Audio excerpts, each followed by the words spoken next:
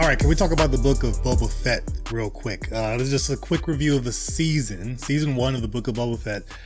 They could do more if they wanted to. I think Tamira Morrison wants to do more. He's actually talked about wanting to like hunt down Mace Windu because we all think he's still alive out there in relation to him killing his dad, Jango Fett, in Attack of the Clones. So yeah, that could happen. But this season was a mixed bag for me. I say that because the first 4 episodes really were just backstory on side characters that are part of the Mandalorian series, or this world that the Mandalorian, exists in.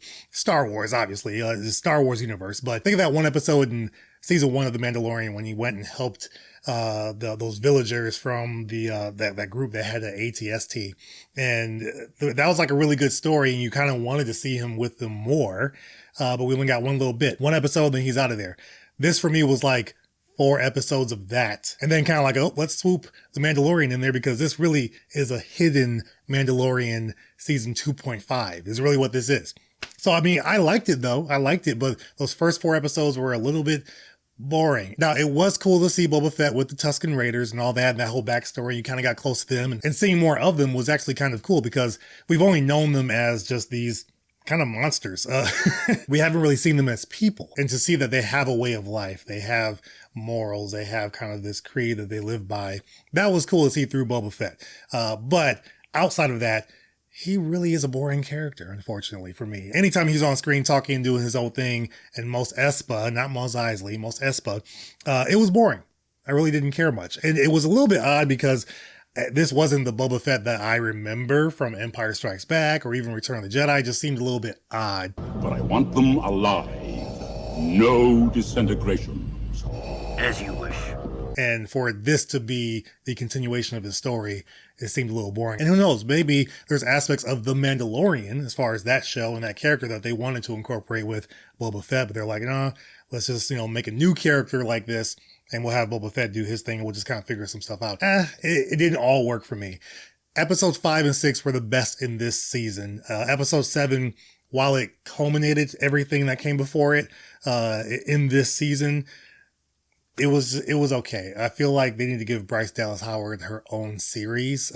She has surprised me a lot. Every episode that she directs is fantastic. And Bryce actually directed that episode I think I'm talking about with the village against the ATST. I believe she actually directed that episode. So you just see where she's growing as a director and as a storyteller, and it works so well. So episode 5 is amazing. Episode 6 blew my mind. And Dave Filoni, he always has amazing episodes when he directs an episode. He did so much of the animated side, Rebels, Clone Wars, and now in live action, he's killing it. Even just the cameo of Cad Bane showing up in episode 6 was awesome. And I was like, come on, like who else could show up at this point? They could have anybody show up really if they wanted to. So the Star Wars world is at their fingertips. Jon Favreau and Dave Filoni need to take over completely. That's just kind of where I'm at with this. But this was a fun season toward the end. 5 through 7 is when it got good, even though 7 is a little bit questionable in certain aspects. It felt like it was taking its time a little too much within the episode. I think that's the issue that I had. And everybody has bad aim. Everybody was a stormtrooper in this one to a degree in different moments. But I'm looking forward to season 2. If they do something with Mace Windu in season 2 and Samuel L. Jackson comes back and all that, if that really were to happen, that would be pretty dope. I'd be all for it. But I want to see Boba Fett the way I remember him from Return of the Jedi and Empire, because this seemed like a completely different character. It was just kind of a little bit odd, but that's kind of where I'm at with the Book of Boba Fett. Would I suggest that you need to watch it? I would say to get to episode 5 and 6, yes. I can bring you in warm, or I can bring you in cold.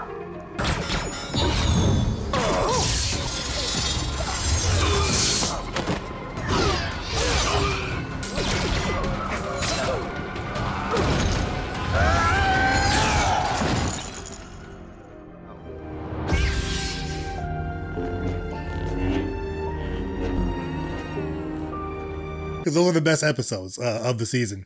And it's cool to see where The Mandalorian is going into season 3. Everything is heightened to another level from Mandalorian season 2 with episodes 5 and 6 specifically. A little bit of 7 towards the end, but 5 and 6 really show you like where Mandalorian season 3 is kind of headed in a way, like it gives you little bits and pieces. I loved all the little Easter eggs that show up in those 2 episodes. So if you want to watch it to get to episode 5 and 6, then yes, it's worth it, because those are the best episodes in the season. But otherwise, if you're not really already into the Mandalorian much or into Star Wars, then no, you'll want to pass, because you're not really gonna feel the nostalgic moments for sure in this one. So you might want to pass. Overall, I enjoyed episode 5 and 6. Episode 7 was fun, and a lot of the things that happened in the episode. And again, it's a culmination of all the things that came before it.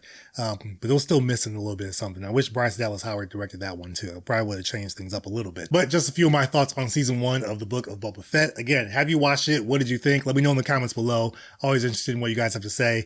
You guys hear my thoughts. Now I want to hear yours. Thanks for watching. Hope you enjoyed this quick review of the Book of Boba Fett season 1. Appreciate all you guys, members, subscribers, watchers, however you support the channel. It's really, really awesome. To my Hyper Crew members, verbal shout out for you guys. Brian Tidwell, Steve-O, Slepnir-Milner, K6013, Giro 15000, Daniel Lopez, Kratos, Richie Chester, Arnon Steelpelt, and Jackie Pie. Thanks so much for supporting with that top tier crew. I really appreciate it. That's all I got for you guys in this quick review. Hope you guys enjoyed it. There'll be more reviews coming as I watch more stuff. Yeah. But otherwise, have a great rest of your day, and I'll see you guys in the next video.